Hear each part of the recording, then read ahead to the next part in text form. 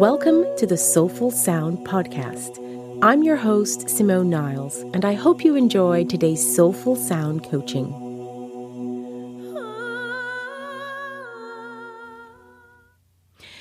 Hey guys, today I am going to look at a very common topic around productivity. So this week I'm going to offer some tips on how you can boost your productivity.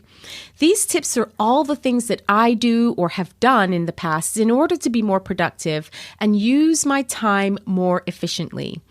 I don't believe in a cookie cutter approach when it comes to strategies like these, and so I'm simply inviting you to try them on and see what fits.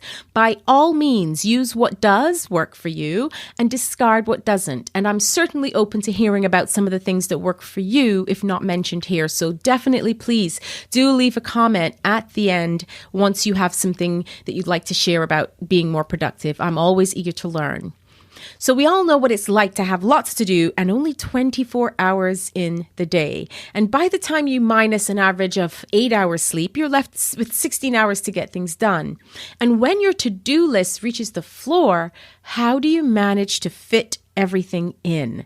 Before I had anyone on my team, I did everything on my own, and boy, was that a ride. I mean, the benefits were that I learned about making and editing videos, basic design skills, website design and development, and pretty much every aspect my business needs to thrive. However, it meant I was busy doing everything, and those 16 hours got swallowed up in no time, not to mention being a busy mom of 3 beautiful kids.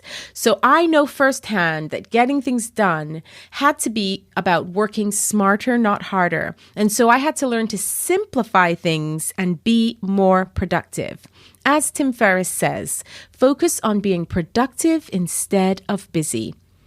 So here are my 8 steps to boost your productivity. Step 1, plan your day. It is important to know what you want to achieve by the end of your day. Create mini goals or tasks that are aligned with your bigger goals, like your weekly or monthly goals, and take action on them. I have played around with planning my day at the end of the workday or at the beginning. So for example, the end of the workday, I would think, what is it that I want to achieve tomorrow? And I set that up before simply because it allows me to hit the ground running. Somehow it works well for me. I've tried both. However, it's equally fine if you decide to set your goal up the morning of. It really is a matter of trying to see what works best for you. So that's step 1. That first step is to plan your day.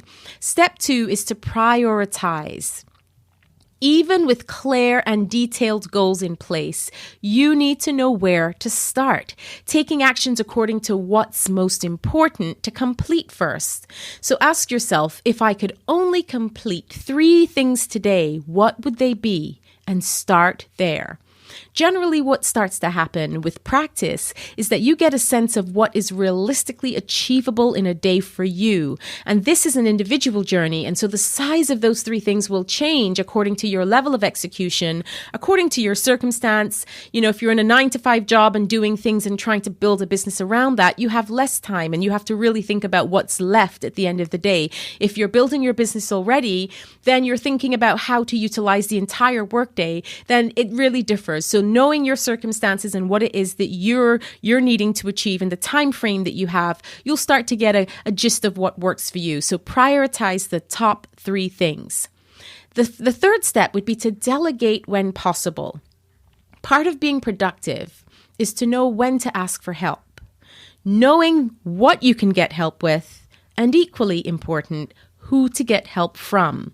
Knowing these 3 key aspects will save you time so that later you don't end up micromanaging, redoing things not done well, or wishing you just had done it yourself. Delegating, it has a strategy, and it allows you to free up some of your own time so that you can focus on what's most important. So be sure of what you want to pass on and what you want to delegate, and then let it go. Step 4, Focus on one thing at a time. While multitasking is a great skill to have, to increase your productivity, you must focus on one thing at a time, as this improves your focus and your ability to make deadlines. So it might mean that you decide to focus on one thing for just 30 minutes at a time, then move on to another, or that you spend much longer on some tasks than others, but you're focusing on one at a time until you can get to a level of completion that's satisfactory. So step 5, reduce distractions. Research shows that it takes approximately 20 to 25 minutes to refocus after being distracted. Can you imagine 20 to 25 minutes to refocus after being distracted? So it is crucial to your productivity to avoid distractions. Turn off the volume or notifications on all of your gadgets and let others around you know not to interrupt you unless urgent. This takes commitment and consistency, so decide to shut everything else out for the sake of your focus and staying in the flow. Step 6, be organized. Give yourself windows of time to complete your tasks and schedule everything else around that. That includes scheduling in time to check your emails and your use of social media platforms. When you know what goes where, it allows you to see the big picture for the day, which also breeds clarity around what you're wanting to achieve and what you're cultivating so that your goals are met by the end of the day. Step 7, make your environment work for you. Create the best environment around you to optimize your efforts. If you work best in a quiet environment, do your best to create it. I personally find it difficult to write articles or create new written content with music playing in the background. I thrive in the silence. And then there are others, like my husband, who would be in the flow with the right music playing in the background. So figure out what works for you and create that. If you're sharing an office, put headphones on if you can. If your space is cluttered, sort it out. You get the idea. It's all about making things work in your favor. And when in doubt, just test it out. Final step, number 8, take a break. Remember to give yourself a few moments to relax throughout your day. This gives you an opportunity to refuel and to reflect on what you may need to adjust in order to meet your deadlines. Things don't always go according to plan.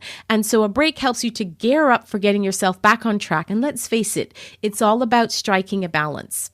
A break is also just a break, to stop, to let go. However, you have to choose. You have to choose it, and it's up to you when. Just remember to schedule it in. This way you don't have to think about, I haven't taken a break, I'm just going to take it and just get you out of the flow. Schedule your breaks in. Showing up to do your work isn't enough. You need to be fully present and take charge of your day. Put these 8 steps into practice and you will notice how productive your days become. And these productive days turn into weeks, then months and years. And it all starts today. Thanks so much for tuning in. I hope you've enjoyed this episode. Please feel free to share it with your friends and remember to subscribe. From my heart to yours, sending you love, healing, and sound wherever you are.